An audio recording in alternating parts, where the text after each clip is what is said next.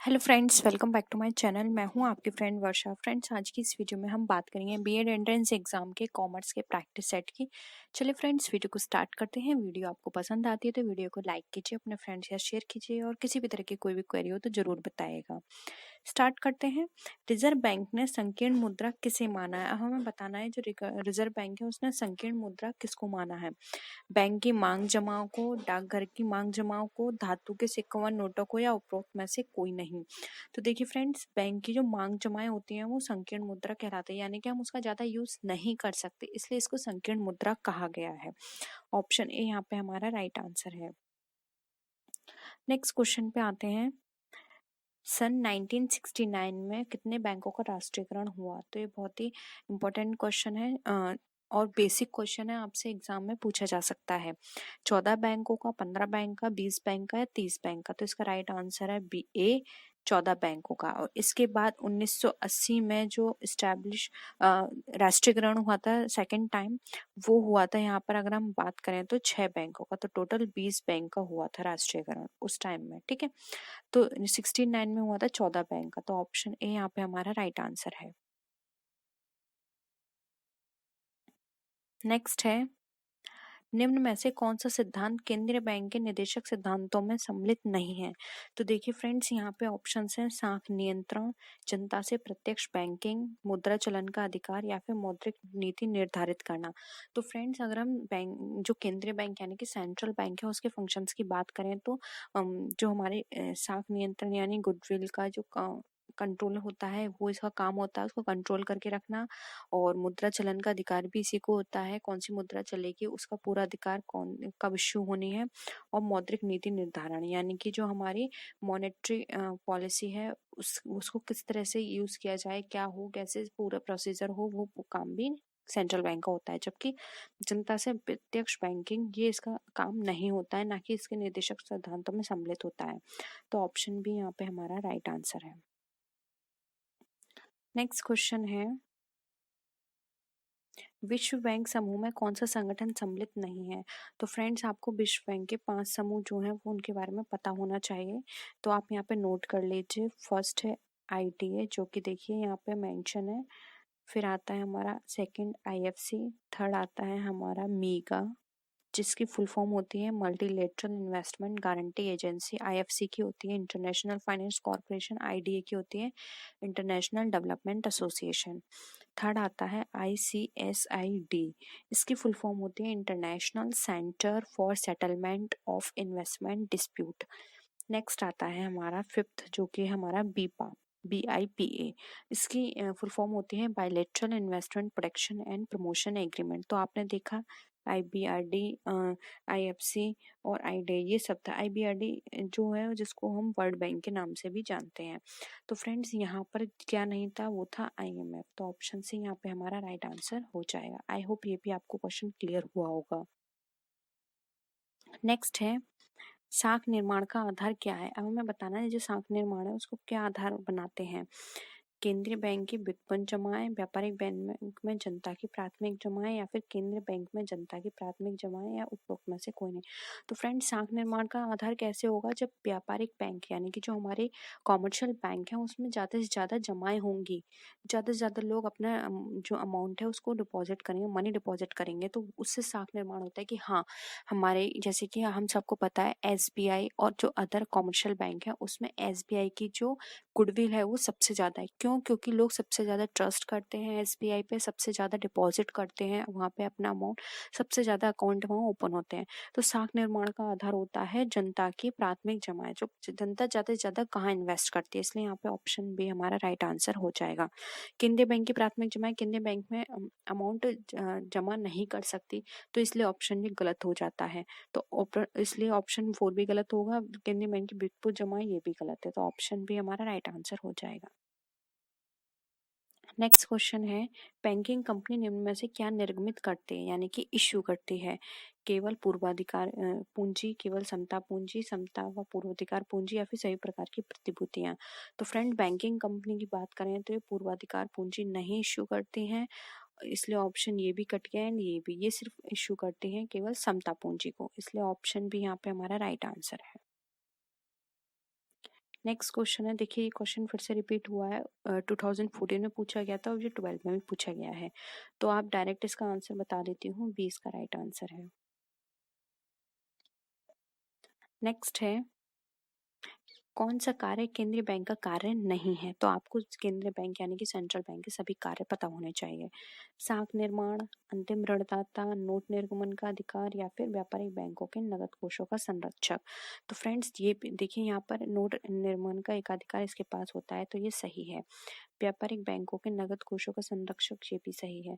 अंतिम ऋणदाता इसे इसलिए भी कहा गया है क्योंकि फ्रेंड्स ये यहाँ पर क्या करता है, जो अंतिम ऋणदाता इसलिए बोला गया है क्योंकि ये बैंक को लोन प्रोवाइड करता है, तो एक तरह से अंतिम ऋणदाता, अगर बैंक को किसी भी तरह की प्रॉब्लम होती है तो ये उसको लोन देता है, इसलिए अंतिम ऋणदाता बोला गया है।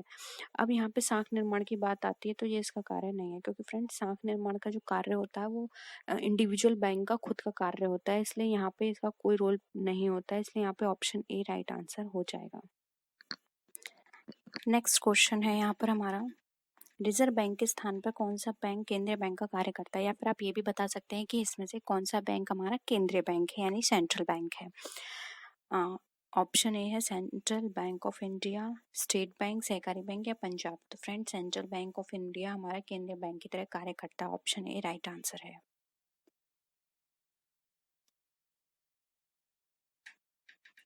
नेक्स्ट क्वेश्चन है, भूमि विकास बैंक सामान्यतः किस तरह के ऋण प्रदान करती है? स्वर्णाभूषण की जमानत पर, कृषकों की भूमि की जमानत पर, पशुधन की जमानत पर या मौखिक जमानत पर। तो फ्रेंड्स यहाँ पे बात की जा रही है, अगर हम बात करें भूमि विकास बैंक की, आप तो पहले हम ये बात कर लेते हैं कि भूमि विकास बैंक किस तरह की बैंक होती हैं। तो फ्रेंड भूमि विकास बैंक को भूमि बंधक बैंक के नाम से भी जाना जाता है। ये बैंक किसानों की भूमि को बंधक रखकर यानी कि मॉर्गेज करके तब उन्हें लॉन्ग टर्म लोन प्रोवाइड करती हैं, ठीक है। तो यानी ऑप्शन बी यहाँ पे राइट आंसर हो जाएगा, कृषकों की भूमि की जमानत पर।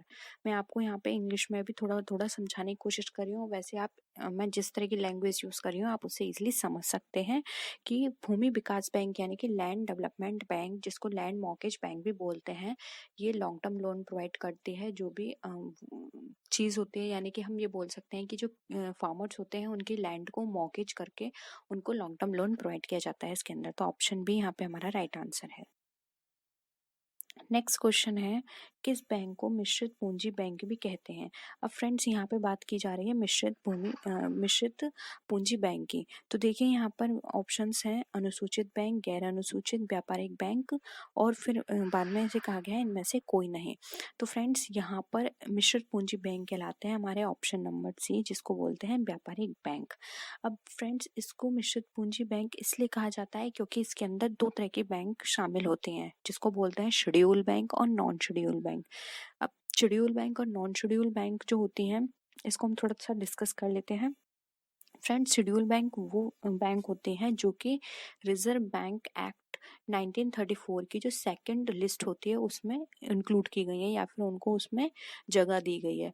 इस बैंक की जो हमारी पेड अप कैपिटल होती है, या फिर हम ये बोल सकते हैं जो भी सिक्योरिटी अमाउंट होता है, सिक्योरिटी फंड होता है, वो 5 लाख या उससे अधिक होता है, वो हमारी शेड्यूल बैंक कहलाती है। नॉन शेड्यूल बैंक वो होते हैं जिनकी अमाउंट या रक्षित कोष या फिर जो हम उनकी जो पेड अप कैपिटल होती है वो 5 लाख से कम होती है और जो रिजर्व बैंक एक्ट के सेकंड लिस्ट में लिस्टेड नहीं होती हैं, वो अनशेड्यूल बैंक या नॉन शेड्यूल बैंक कहलाते हैं, ठीक है। इसके अंदर डिफरेंट बैंक्स और आते हैं, इसलिए इनको अनुसूचित बैंक या मिश्रित पूंजी बैंक भी कहा जाता है, इसलिए ऑप्शन सी यहाँ पे हमारा राइट आंसर हो जाएगा। नेक्स्ट क्वेश्चन है, साख निर्माण का आधार किसे माना जाता है? नगद कोष अनुपात, जिसको हम बोल सकते हैं कैश फंड, या फिर व्युत्पन्न जमा, जिसको हम यहाँ पर बोल सकते हैं डेरिवेटिव डिपॉजिट, अधिविकर्ष यानी कि ओवरड्राफ्ट फैसिलिटी, या ये सभी। तो फ्रेंड साख निर्माण का आधार ये सारी चीजों को माना जाता है, इसलिए यहाँ पे ऑप्शन डी राइट आंसर हो जाएगा। नेक्स्ट क्वेश्चन है, नोट निर्गमन का अधिकार किसे होता है? बहुत ही सिंपल क्वेश्चन है और यहाँ पे ऑप्शंस दे रखे हैं, हमें उसके अकॉर्डिंग चूज करना है। वैसे मिनिस्ट्री भी नोट इशू करती है, लेकिन यहाँ पे ऑप्शंस के अकॉर्डिंग ए राइट आंसर होगा केंद्रीय बैंक, जबकि इलाहाबाद बैंक, स्टेट बैंक और पंजाब नेशनल बैंक का अधिकार नहीं होता है नोट निर्गमन का, इसलिए ऑप्शन ए राइट आंसर है। नेक्स्ट है, केंद्रीय सहकारी बैंकों के कितने प्रकार होते हैं? तो फ्रेंड्स ऑप्शन के अकॉर्डिंग देखें, वैसे तो इनको डिफरेंट टाइप्स से क्लासीफाई किया गया है, लेकिन मेन है 2। अब वो कौन कौन से हैं तो वो हम डिस्कस कर लेते हैं। फर्स्ट है हमारा आधुनिक बैंक, जिसको हम इंग्लिश में बोलते हैं मॉडर्न बैंक, और दूसरा होता है देशी बैंकर, जिसको हम मनी लेंडर भी बोल सकते हैं, जो कि मोस्टली गांव में या फिर एक छोटे एरिया में जो साहूकार या महाजन होते हैं वो किसी एरिया के जो रिच पर्सन होते हैं या हम बोल सकते हैं धनी लोग जो होते हैं, वो अपने से छोटे लोगों को लोन प्रोवाइड करते हैं, तो देशी बैंकर में आ जाते हैं। अब आधुनिक बैंक को भी फर्दर डिवाइड किया गया है। इनका क्लासिफिकेशन डिफरेंट टाइप से है, लेकिन यहाँ पे ऑप्शंस के अकॉर्डिंग ये 2 हैं, जो कि हमारे आधुनिक बैंक और देशी बैंक, ठीक है, यानी कि मॉडर्न बैंक और ओल्ड वाले हम बोल सकते हैं मनी लेंडर्स, ठीक है। नेक्स्ट है, रिजर्व बैंक का मुख्य कार्यालय कहाँ स्थित है? दिल्ली, मुंबई, कोलकाता या फिर चेन्नई? तो फ्रेंड्स इसका आंसर जो है ये आप बताएंगे मुझे कमेंट सेक्शन में, क्योंकि बहुत सिंपल है, मैं इसका नहीं बताऊंगी, आपको कमेंट सेक्शन में बताना है, ठीक है। स्टेट बैंक के सहायक बैंक कौन है? तो फ्रेंड्स आपको पता होंगे स्टेट बैंक के बहुत सारे सहायक बैंक थे, और अगर एट प्रेजेंट बात करें तो वो बहुत सारे बैंक जो हैं स्टेट बैंक के वो आपस में मर्ज भी हो गए हैं, लेकिन अगर हम इन ऑप्शंस की बात करें तो स्टेट बैंक ऑफ हैदराबाद और state bank of Indore and state bank of Mysore, ये सारे ही स्टेट बैंक के सहायक बैंक हैं, इसलिए ऑप्शन डी यहाँ पे राइट आंसर हो जाएगा। नेक्स्ट क्वेश्चन पे आते हैं, M4 में शामिल किया जाता है। अब M4 में क्या शामिल किया जाता है ये डिस्कस कर लेते हैं, उसके बाद हम यहाँ पर M1, M2, M3 की भी बात करेंगे। अगर आप उनको नोट करना चाहते हैं तो आप वो भी नोट कर सकते हैं। तो पहले इसका आंसर देख लेते हैं। देखिए M4 में यहाँ पर बात की गई है M3 प्लस बैंकों की मांग जमाएं, M3 प्लस बैंकों की समय जमाएं, M3 प्लस डाकघर की बचत जमा, या फिर M3 प्लस डाकघर की समय जमा, या फिर राष्ट्रीय बचत पत्र को छोड़ के। तो फ्रेंड्स यहाँ पे M4 की बात की जा रही है, तो M4 के अंदर M3 में जो भी चीज सारे इंक्लूड हैं वो इसमें आएंगी, यानी कि आपको M3 भी पता होना चाहिए। प्लस डाकघर की सारी समय जमा इसके अंदर आती हैं, लेकिन राष्ट्रीय बचत पत्र को छोड़कर, ठीक है, एक्सेप्ट नेशनल सेविंग जो पेपर होते हैं उनको छोड़कर यहाँ पर बाकी सारी जो डाकघर की समय जमा है वो इसमें आती हैं, इसलिए ऑप्शन डी राइट है। अब बात करते हैं M0, जिसको रिजर्व मनी भी बोलते हैं, M1 जिसको नैरो मनी बोलते हैं, फिर आता है M2 एंड फिर आता है M3। तो आप 1 बाय 1 इसको नोट कर लीजिए। फर्स्ट आते हैं M0 जिसको रिजर्व मनी बोलते हैं।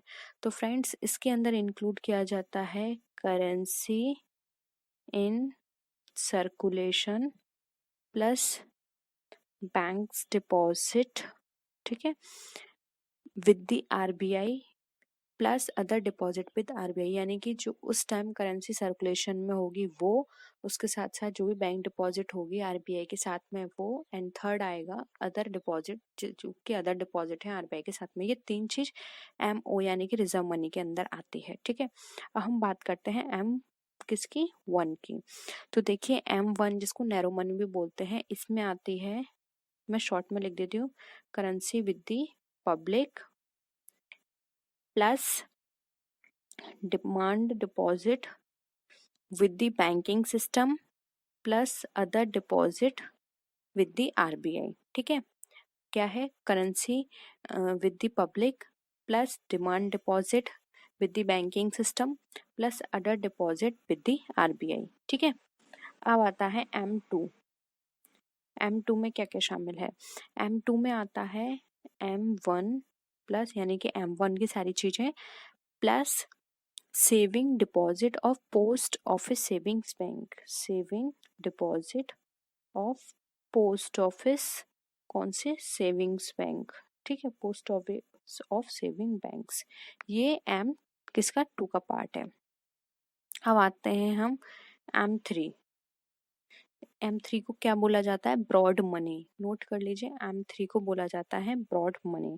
इसके अंदर आता है M1 plus time deposit with the banking system. सिर्फ इतना, जो कि आप यहाँ पे देख भी रहे होंगे, time deposit with the banking system. ठीक है, अब ये हो गई M3। अब आता है M4। तो M4 में आता है हमारा M3 यानी कि M1 plus time deposit with the banking system.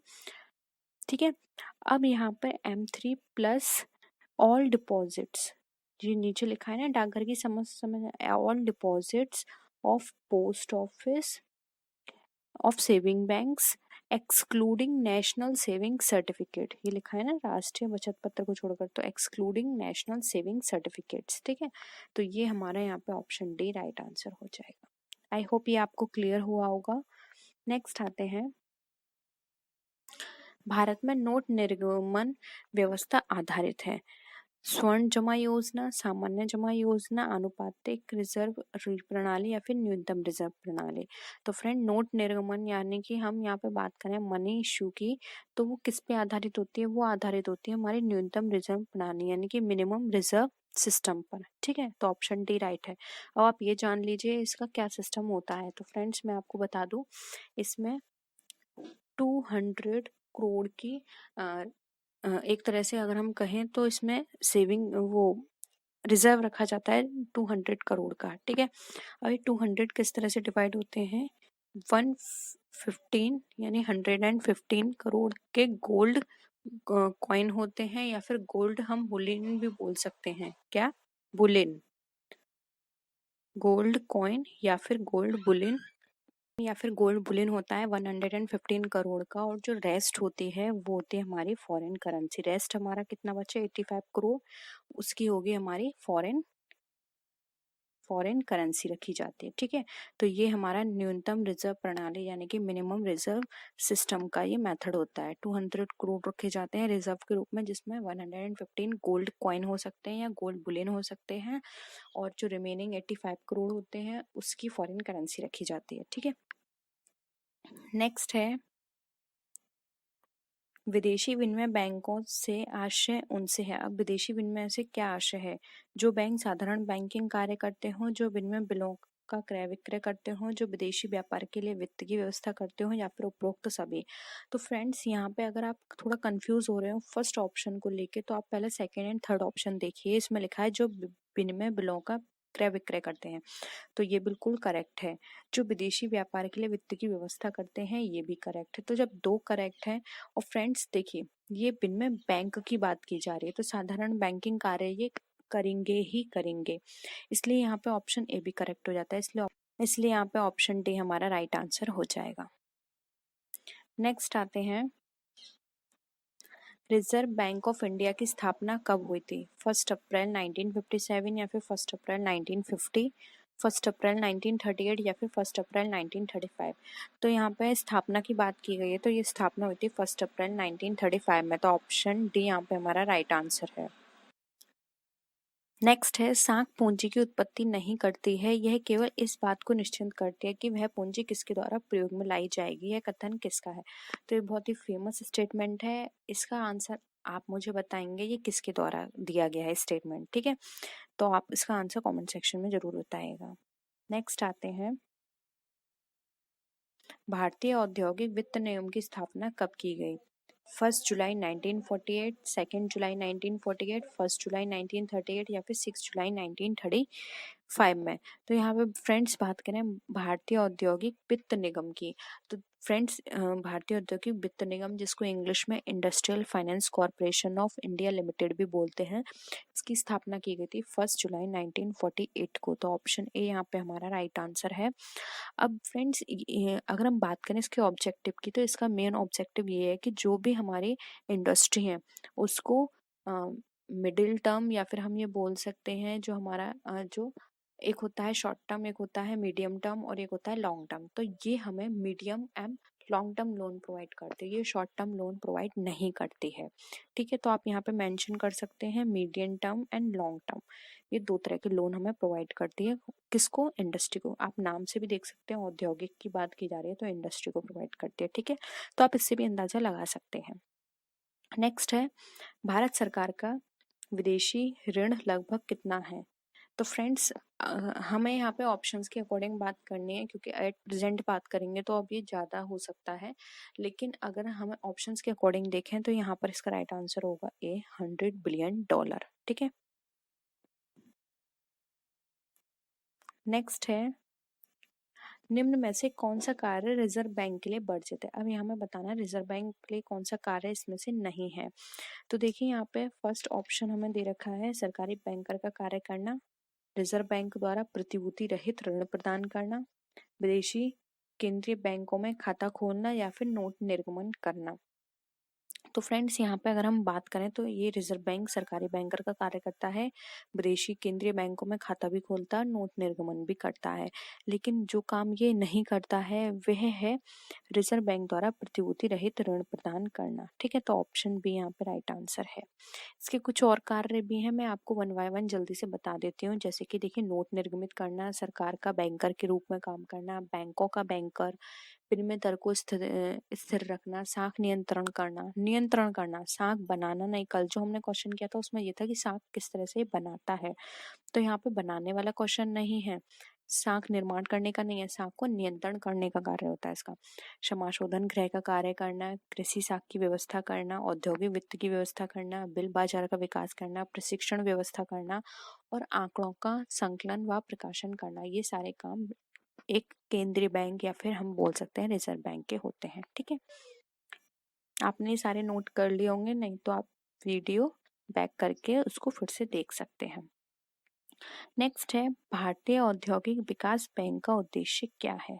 तो देखिए औद्योगिक विकास बैंक के उद्देश्य की बात की गई है, वित्तीय संस्थाओं को औद्योगिक वित्त के लिए सहायता देना, बैंकों को पुनर्वित्त करना, गारंटी की सुविधा देना या उपरोक्त सभी।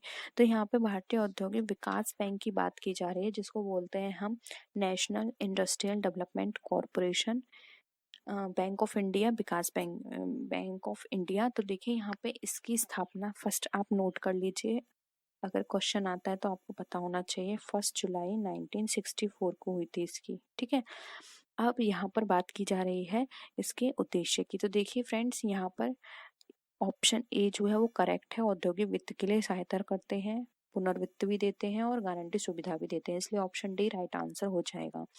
और भी इसके फंक्शंस हैं, जैसे कि अनशॉन बॉन्ड्स को क्रय करना, बिलों को बट्टे पर भुनाना, गारंटी की सुविधा देना, औद्योगिक वित्त के लिए सहायता देना, बैंकों को पुनर्वित्त करना, ये सारे इसके कार्य होते हैं। तो ऑप्शन डी यहाँ पे हमारा राइट आंसर है। फ्रेंड्स मैं आपको एक्स्ट्रा चीज बता रही हूँ, उनको आप अलग से नोट कर लीजिए।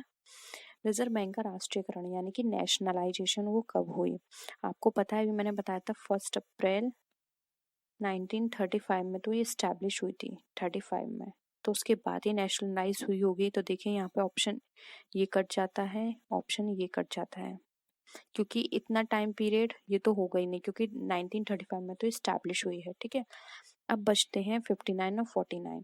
तो फ्रेंड्स जब हमारी कंट्री इंडिपेंडेंट हुई थी उसके कुछ सालों बाद इसका नेशनलाइजेशन कर दिया गया था, तो आप इससे याद रख सकते हैं 1 जनवरी 1949 को इसको नेशनलाइज कर दिया गया था, 2 साल बाद। ठीक है, तो ऑप्शन बी यहाँ पे हमारा राइट आंसर हो जाएगा।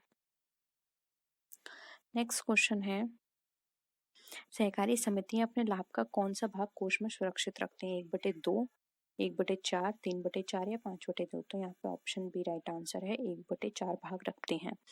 नेक्स्ट है बैंकों की साख निर्माण शक्ति किस पर आधारित होती है, नगद जमा, साख जमा, अधिविकट सुविधाएं या ये सभी। तो ये साख जमा पर इसकी शक्ति निर्भर करती है, तो ऑप्शन बी यहाँ पे हमारा राइट आंसर है। नेक्स्ट क्वेश्चन है 1 रुपए की भारतीय मुद्रा पर किसके हस्ताक्षर होते हैं, राज्यपाल, वित्त सचिव, राष्ट्रपति या फिर महात्मा गांधी। तो फ्रेंड्स 1 रुपए पे मैंने आपको बताया था वित्त सचिव के हस्ताक्षर होते हैं, और बाकी के 1 रुपए के बाद यानी कि रिमेनिंग जो नोट होते हैं, करेंसी होती है, उस पर होते हैं आरबीआई यानी कि सेंट्रल बैंक के गवर्नर के हस्ताक्षर। ठीक है, आपने देखा भी होगा आपके पास जो भी नोट होगा 10 का, 20 का या 50 का, उसमें आपने देखा होगा, नहीं तो आप चेक कीजिएगा, जब वो इश्यू हुआ होगा उस टाइम जो भी उसके गवर्नर रहे होंगे उनके उस पे साइन होंगे। ठीक है, अगर आपके पास करंट नोट है तो करंट नोट पे अभी हमारे जो करंट गवर्नर हैं उनके सिग्नेचर होंगे। नेक्स्ट आते हैं भारत में मौद्रिक स्थिरता करना किस बैंक का कार्य होता है? केंद्रीय बैंक का, रिजर्व बैंक का, सहकारी बैंक का या विदेशी विनिमय बैंक का? तो यहाँ पे बात की जा रही है मौद्रिक स्थिरता करना। तो देखिए यहाँ पे इसका जो राइट आंसर होगा फ्रेंड्स वो होगा यहाँ पे हमारा ऑप्शन नंबर बी, जो कि हमारा रिजर्व बैंक। ठीक है, तो ऑप्शन बी यहाँ पे राइट आंसर है। तो ये थे हमारे आज के क्वेश्चंस। आई होप आपको वीडियो पसंद आया होगा। वीडियो पसंद आया तो वीडियो को लाइक कीजिए, अपने फ्रेंड्स के शेयर कीजिए। किसी भी तरह की कोई भी क्वेरी हो तो जरूर बताइएगा। तो फ्रेंड्स नेक्स्ट वीडियो में फिर मिलते हैं आपसे और भी अच्छी वीडियोस के साथ। तब तक के लिए टेक केयर, बाय बाय।